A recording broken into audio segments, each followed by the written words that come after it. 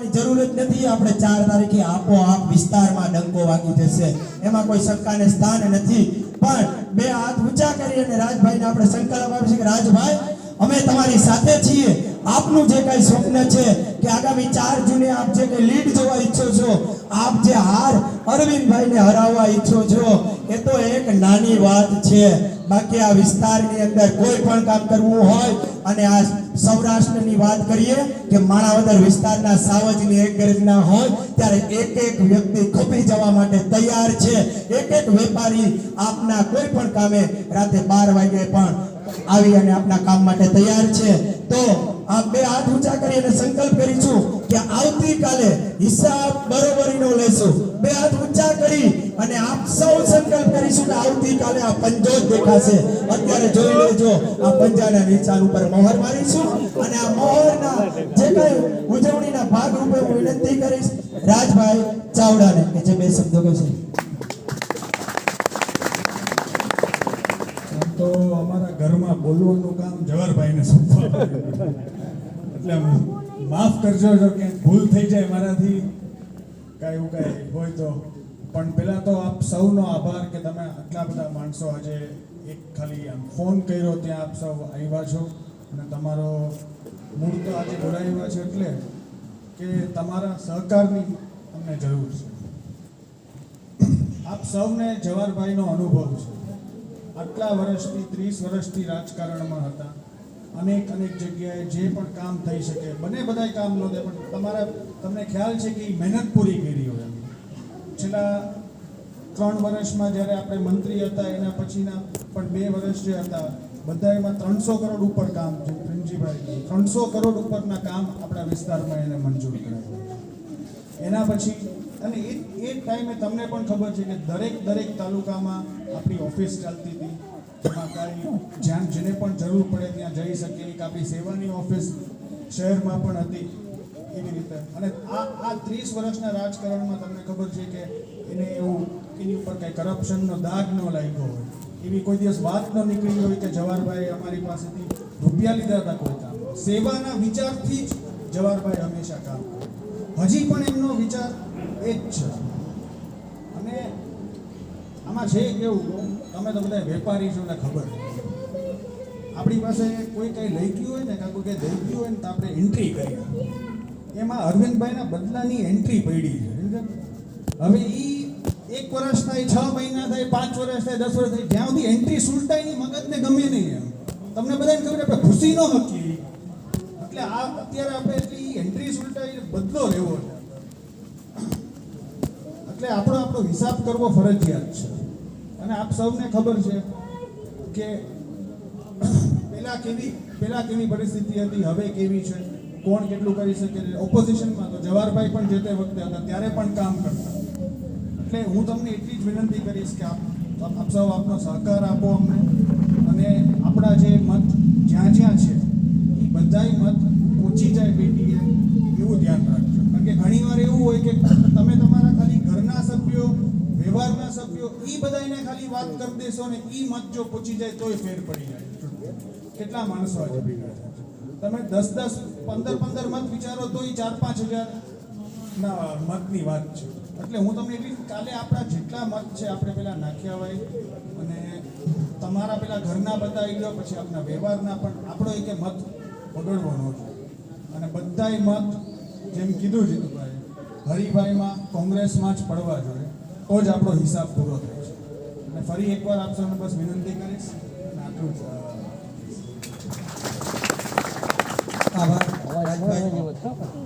ટૂંકી વાતમાં ઘણું બધું કહી દીધું છે કે જવાહરભાઈ હંમેશા વેપારીઓ સાથે હોય ત્યારે 3-4 મુદ્દા કહી અને શા માટે આપણે આમાં મતદાન કરવું પડે છે અને શા માટે ભેગા થયા એ વાત કરી અને પૂર્ણ કરશું એ પહેલા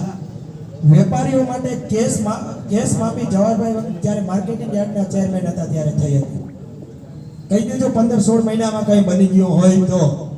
બરાબર યાદ રાખજો। બીજી વાત છે જે તે સમયે ડિમોલેશન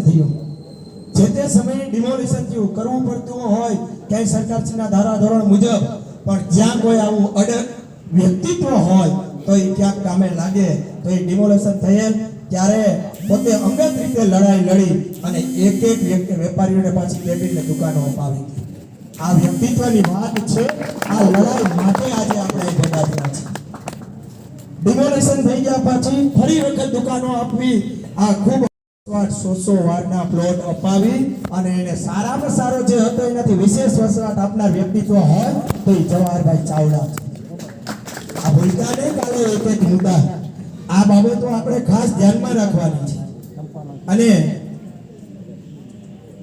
નાનામાં નાનો વેપારી રોજી રોટી રડતો હોય અને અશોકભાઈ વાત કરી કે ગુજરી અહીં નહીં ચાલે અને બંધ કરાવી દે અને મને તો જીવંત એવા ઉદાહરણો છે કે કોઈ રેકડી લઈને જતા હોય અને મિનિસ્ટર કક્ષાએ જવાહરભાઈ નીકળ્યા તો રોકીને પૂછ્યું કે ગુજરાત કેવું ચાલે અને ક્યાંય ખૂટતું હોય તો ત્યાં એને પુરવાર કરેલું છે તો વેપારીમાં એક રેકડી વાળો આવે અને અબજોપતિ આવે એનું ધ્યાન રાખનાર જો કોઈ વ્યક્તિત્વ હોય તો આ વિસ્તારની સી ગર્જના કરતો હોય તો જવાહરભાઈ ચાવડા છે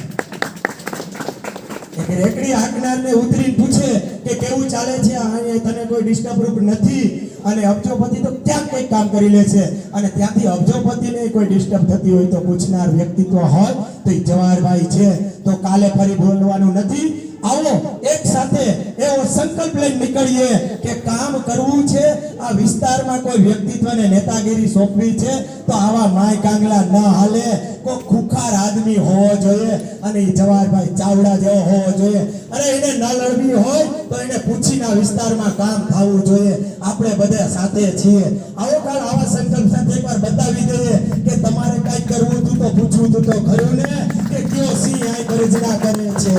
આ ભૂલતા નહીં અને સામેવાળાને એમ હોય કે હું લડીને બધાને પતાવી દે તો એને કહી દેજો કે ભૂલી જાજે કે આ મેદાનમાં ઉતર્યો છે આ કુરુક્ષેત્રનું મેદાન છે અને કૃષ્ણ સામે દુર્યોધન તું લડવા આવ્યો છે તું નહીં ખપી શકી તને મિટાડી દેશે માત્ર 15 મહિનાનો ખેલ હતો આ પૂરો કરવા માટેની તાકાત કાલ બતાવવાની છે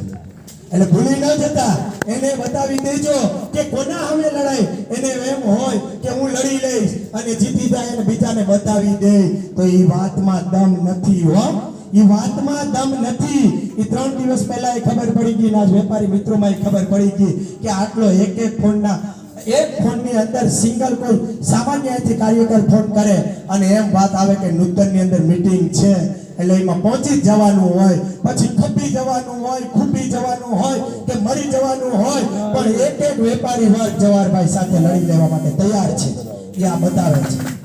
અને આ કામ કરવાનું છે એટલે કાલે એને બતાવી દેવાનું છે કે હું આમ કરું તો આમ ખબર પડી જાય અને એવા 4 5 નીકળી ગયા વાત કરે છે કે અમે આમ કરી દેશું કોઈથી તણકલું નહીં હલે અને પછી કહી નહીં શકો જો ગમે ત્યારે જરૂર પડે ને એક ફોનની અંદર કામ કરાવવું હોય એક ફોનની અંદર આ વિસ્તારનો વેપાર ઉદ્યોગને ધમધમતો રાખવો હોય આવનારા સમયમાં માણાવદર મેંદરડા વંથલી કોઈ પણ વિસ્તારની અંદર વેપારને ધમધમતો રાખવો હોય ગુંજતો રાખવો હોય અને કોલર ઊંચો કરીને ફરવું હોય તો જવાહરભાઈ ચાવડા જેવા વ્યક્તિત્વની જરૂર પડશે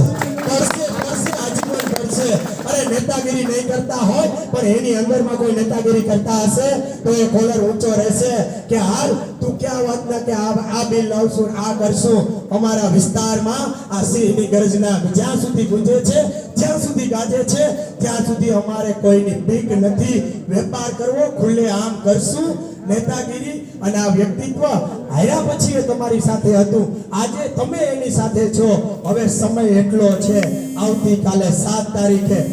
ફરી વખત કહી દઉં વિજેતા બને આ વિસ્તારમાં તો હરિભાઈ પટેલ બને અને હિસાબ એ રીતે પૂરેપૂરો બદલો લેવાનો અને બદલો એ રીતે લેવાનો છે એક મતનો 100 મતથી લેવાનો છે 3500 ના 35,000 કરીને બતાવવાના છે તમારી પાસે એક મતની અપેક્ષા નથી 100 મતની અપેક્ષા છે એટલે હજી અમને એમ થતું હતું કે 5-7,000 ખૂટે છે આજ હવે ખબર પડી ગઈ 5 ખૂટતા હતા ને રાજભાઈને મને એમ લાગે છે કે 10,000 મત મળી ગયા વિશ્વાસથી વાત કરી અને સંકલ્પ સાથે આપણે આગળ નીકળી પડીએ ચાલો એક સંકલ્પ અને એક મુહિમ સાથે છેલ્લે એક અવાજે આપ સૌ મનની અંદર એટલું જ રાખજો. આજ રાતે શું તો એમ રાખજો કે હજી મારે ક્યાં ભૂલાય છે, ક્યાં ખૂટે છે, બધું મૂકી, કોઈ પણ વિચાર મૂકી, હું આ ભૂલ કરું છું, હું આ ભૂલ થાય છે, કાલ મને વાદ થાય, કાલ વિવાદ થશે. નહીં, જવાહરભાઈ તમારી સાથે છે, ક્યાંય વાદ નહીં થાય, કે વિવાદ નહીં થાય. હારી જશું, અરે હારીએ શું, હારી નહીં, જીતી જ ગયેલા પડ્યા છે,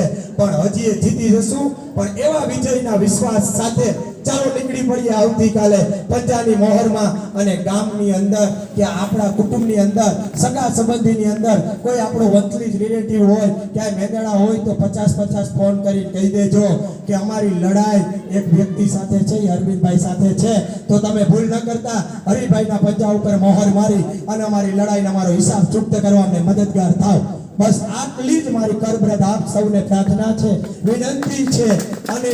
આપ સૌને નતમસ્તક થઈ જવાહરભાઈ ચાવડા, રાજભાઈ ચાવડા વતી હું આપ સૌને નમ્ર અરજ કરું છું કે આવતીકાલે પંજા સિવાય વાત નહીં, વાત નહીં એટલે વિવાદ કોઈ નહીં, કોઈ ડરતાય નહીં કે આમ થશે ને આમ થશે, ત્યાં કોઈ જોવા આવવાનું નથી. હા, અમે તારે સાથે છીએ, પણ મગજમાં એટલું રાખજો કે અમે એક સિંહની સાથે છીએ, એટલે મોહર તો પંજામાં જ લાગશે. તો આવતીકાલે આ કાર્ય કરવાનું છે. માત્ર આપણે નથી કરવાના, આપણા કુટુંબને કરાવજો, આપણા સગાને કરાવજો, આપણે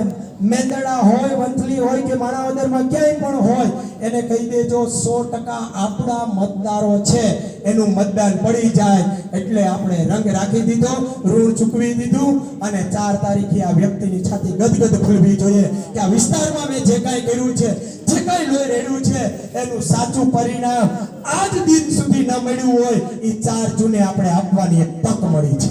ઉમેદવાર હોય તો સૌ કોઈ આપી શકે, પણ ઉમેદવાર ન હોય અને આ પરિણામ આપી દઈને ત્યારે સાચું ઋણ ચૂકવી શકીએ. અને એ કરવાનો ઈશ્વરે આપણને આજે તક આપી છે, આ ચૂકવાની નથી. તો સૌ કોઈને નતમસ્તક થઈ અને વિનંતી છે કે આમાં આપણે ખરા ઉતરશું અને સૌથી શ્રેષ્ઠ પરિણામ આવે એવી અપેક્ષા સહ આપણે અહીંયા આપણી મીટિંગને પૂર્ણ કરશું. અને સૌ વેપારી મિત્રોએ ચાલુ આ અમારા તરફથી, જવાહરભાઈ તરફથી હું વચન આપું છું કે તમને કોઈ દિવસ ક્યાંય જરૂર પડી તો અમે તમારા ભેગા અત્યારે નથી, આવે હમણાં આવી જશે, પણ અમે તમારા ભેગા જ છીએ, પહેલાંય હતા અને હંમેશા રહીશું. અમે માનીએ જ છે સેવામાં અને કામ કરવામાં, એટલે એવું તમને એવું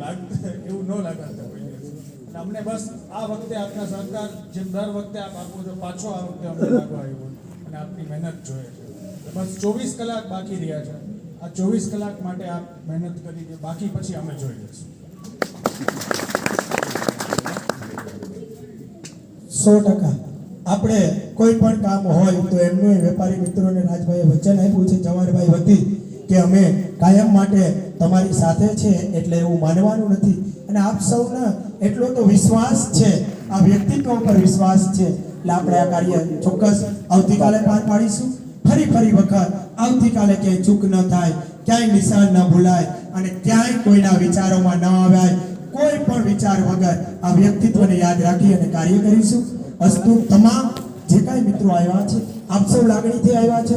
ફરી વખત આપ સૌનો આભાર વ્યક્ત કરું છું કે એક વાતની અંદર અનેક વ્યક્તિ જ્યારે ઉમટી પડતા હોય ત્યારે આનાથી વિશેષ બીજો કોઈ વિજય ન હોઈ શકે, વિશેષ કોઈ ઉત્સાહ ન હોઈ શકે. એટલે આપ સૌ આપનો ચાલુ દિવસની અંદર આપના ધંધા રોજગાર પડતા મૂકીને પણ